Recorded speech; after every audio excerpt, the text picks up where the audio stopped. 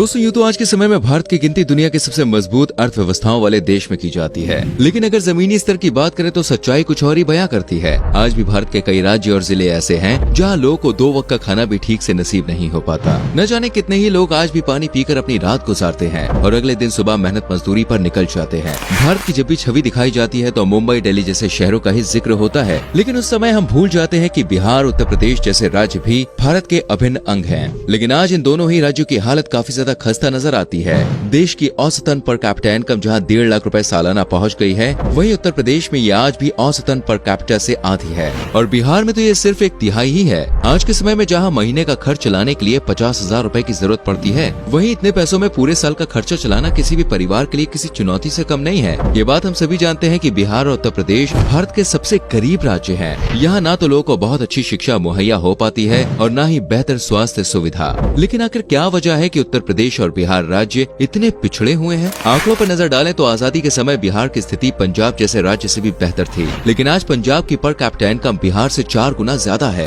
आज की वीडियो में हम दोनों राज्यों की गरीबी के कारण और इससे संबंधित कई ऐसी बातों के बारे में आपको बताएंगे जिनके बारे में आपने पहले कभी भी नहीं सुना होगा। तो चलिए बिना देरी करते हुए आज की इस वीडियो को शुरू करते हैं। दोस्तों, उत्तर प्रदेश भारत का सबसे ज्यादा आबादी वाला राज्य है, तो वहीं बिहार इस सूची में तीसरे स्थान पे आता है। आज के समय में सिर्फ इन 2 राज्यों में ही भारत के 35 करोड़ से ज्यादा लोग रहते हैं। इन राज्यों के गरीब होने की एक मुख्य वजह यहाँ की ज्यादा जनसंख्या भी है, लेकिन इस बारे में हम वीडियो में आगे चर्चा करेंगे। पहले हम बिहार और यूपी के इतिहास के बारे में जान लेते हैं। 18वीं शताब्दी के मध्य तक इन दोनों राज्यों की स्थिति भी देश के अन्य राज्यों जैसी ही थी। ये दोनों राज्य गंगा नदी के किनारे बसे हुए हैं, जिसकी वजह से यहाँ की जमीन काफी ज्यादा उपजाऊ मानी जाती थी। लेकिन साथ ही यहाँ की भौगोलिक स्थिति ऐसी है कि किसी साल बहुत ज्यादा बारिश होती थी, जिसकी वजह से अच्छी फसल होती थी, तो वहीं कई बार सूखे जैसे हालात भी पैदा होते थे। ये बात ब्रिटिश शासनकाल के दौर की है। ब्रिटिशर्स सभी राज्यों में किसानों से लगान वसूला करते थे, लेकिन जब उन्होंने देखा कि एक साल तो यूपी बिहार से अच्छा लगान लेके आता है, लेकिन दूसरे साल बिल्कुल भी लगान इकट्ठा नहीं हो पाता, इसे मेंटेन और रेगुलेट करने के लिए सन 1793 में उत्तर प्रदेश और बिहार में परमानेंट सेटलमेंट एक्ट लागू कर दिया गया।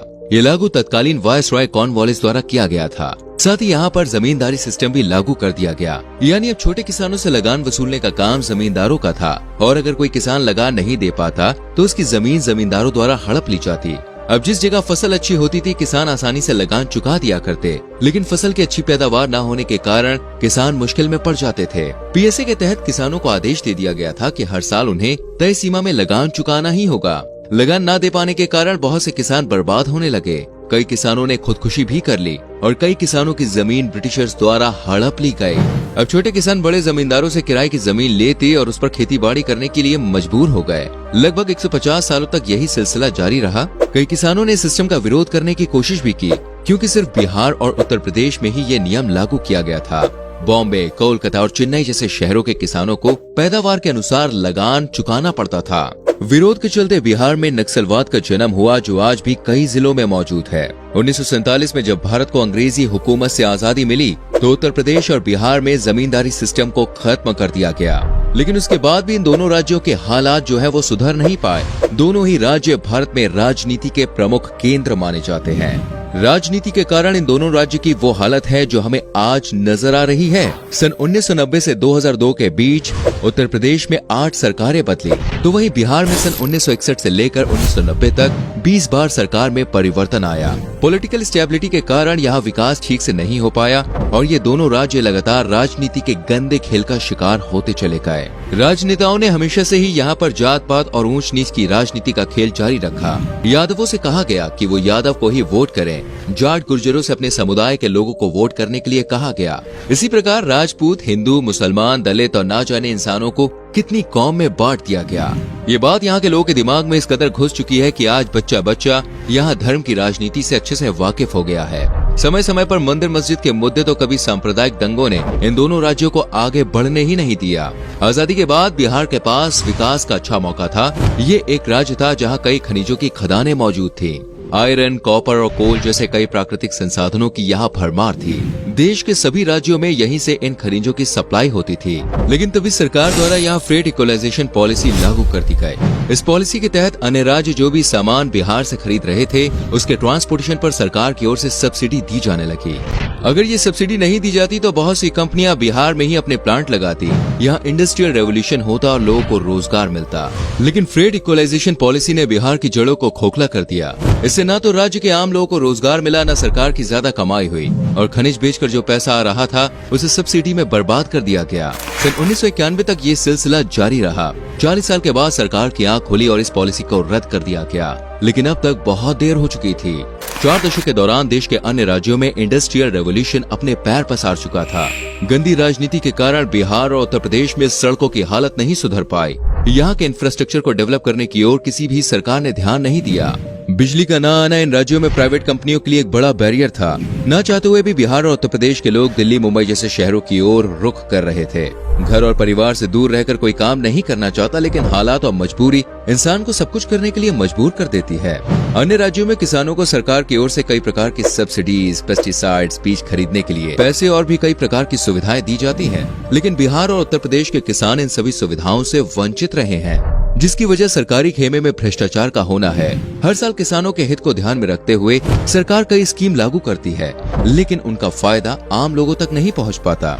आधे से ज्यादा पैसे बीच में ही भ्रष्टाचार की भेंट चढ़ जाते हैं। साल 2003 में Nobel prize winners Abhijit Banerjee और लक्ष्मी अय्यर ने एक रिसर्च रिपोर्ट जारी की थी, जिसमें बिहार और उत्तर प्रदेश को देश के अन्य राज्यों के साथ कंपेयर किया गया था। उस रिपोर्ट में कहा गया था कि खराब सिस्टम, भ्रष्टाचार, एग्रीकल्चर फील्ड में क्रांति का न आना जैसे कई कारण हैं, जिसकी वजह से उत्तर प्रदेश और बिहार लगातार पिछड़ रहे हैं। साथ ही शिक्षा प्रणाली का भी इन राज्यों में जो हाल है वो बेहाल है। बच्चे पढ़ाई लिखाई के बजाय गुंडागर्दी की ओर ज्यादा आकर्षित हो रहे हैं और इन हालातों में पिछले 2 दशक के दौरान बहुत ज्यादा बदलाव नहीं आया है। 2003 में बिहार में 33% यानी कि 1/3 परिवार ऐसे थे जिनके पास अपनी खुद की कोई भी जमीन नहीं थी। वहीं 15% परिवार के पास खेती के लिए 1 एकड़ से भी कम की जमीन थी। इतने छोटे किसान कृषि के लिए महंगी मशीनें नहीं खरीद सकते, जिसकी वजह से फसल की पैदावार बहुत ज्यादा नहीं हो पाती। कम फसल को शहर में बेचना भी मुमकिन नहीं होता, क्योंकि जितनी कीमत की फसल है उससे ज्यादा ट्रांसपोर्टेशन का किराया होता है। इसकी वजह से जमींदारों या आसपास के लोगों की सस्ती दरों पर फसल बेच पाते हैं। साल 2000 में झारखंड बिहार से अलग हो गया और उत्तर प्रदेश से उत्तराखंड अलग हो गया। इन राज्यों के अलग होने पर भी यहाँ की अर्थव्यवस्था पर एक बड़ा असर पड़ा है। बिहार में जितने भी खनिज की खदानें हैं वो सभी झारखंड के हिस्से में अंदर चली गयी, जिनमें बोकारो, धनबाद और जमशेदपुर जैसे कई जिले शामिल हैं। वहीं बिहार की आज भी हर साल कोसी जैसी कई नदियों में बाढ़ आती है, जिससे बिहार की अर्थव्यवस्था को करोड़ों रुपए का नुकसान होता है।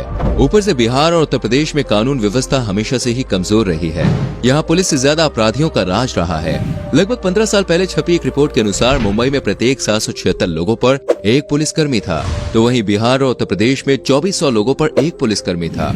इतनी बड़ी जनसंख्या वाले राज्यों में ऐसी कानून व्यवस्था होगी तो गुंडागर्दी को बढ़ने से भला कौन रोक सकता है। बिहार भारत का वो राज्य है जहाँ से आज भी सबसे ज्यादा IITs, IAS, IPS और अन्य सरकारी अफसर निकलते हैं। लेकिन आला अधिकारी बनने के बाद कोई भी अपने राज्य के विकास के बारे में नहीं सोचता। वो सिर्फ काली कमाई और अपनी जेब भरने पर ही फोकस करता है। बिहार और उत्तर प्रदेश के लोगों में इतनी काबिलियत है कि अगर 50% या फिर 1/4 लोग भी अपने राज्य के विकास के बारे में सोचे ना, तो कुछ ही सालों में यहाँ की काया पलट सकती है। दोस्तों, बिहार और उत्तर प्रदेश सबसे ज्यादा फर्टिलिटी वाले राज्य बन गए हैं। जनसंख्या काबू होने के बाद ही यहाँ के विकास की गाथा शुरू हो सकती है। आज की इस वीडियो में हमने जितने भी मुद्दों के बारे में बात की है, उनसे ये बात तो बिल्कुल साफ है कि बिहार और उत्तर प्रदेश के गरीब होने और पिछड़ने में लोगों की नहीं बल्कि सरकार और प्रशासन की गलती रही है। फिर चाहे वो ब्रिटिश इंडिया गवर्नमेंट हो या फिर आज की भारत सरकार, सभी ने इन राज्यों की जनता का शोषण किया है और यहाँ की जनता को सियासत के लिए इस्तेमाल किया है। इन दोनों राज्यों में बड़ी संख्या में युवा आबादी मौजूद है। ये बात तो शहरों में रहने वाले लोग भी जानते हैं कि जितनी मेहनत बिहार और उत्तर प्रदेश के युवा कर सकते हैं, उससे आधी मेहनत भी शहरों के युवाओं की बस की बात नहीं है। तो दोस्तों, अब तो आप समझ गए होंगे कि बिहार और उत्तर प्रदेश इतने गरीब क्यों हैं। देखिए, समय हमेशा एक जैसा नहीं होता। जिस दिन इन दोनों राज्य के नागरिकों ने अपने हक के लिए आवाज उठाई, उस दिन के बाद इन राज्यों को तरक्की के पथ पर बढ़ने से कोई भी रोक नहीं सकता। उम्मीद करते हैं कि आपको ये वीडियो जरूर पसंद आई होगी। हमें नीचे कमेंट करके बताएं कि आपकी क्या राय है। वीडियो को लाइक और शेयर जरूर करें।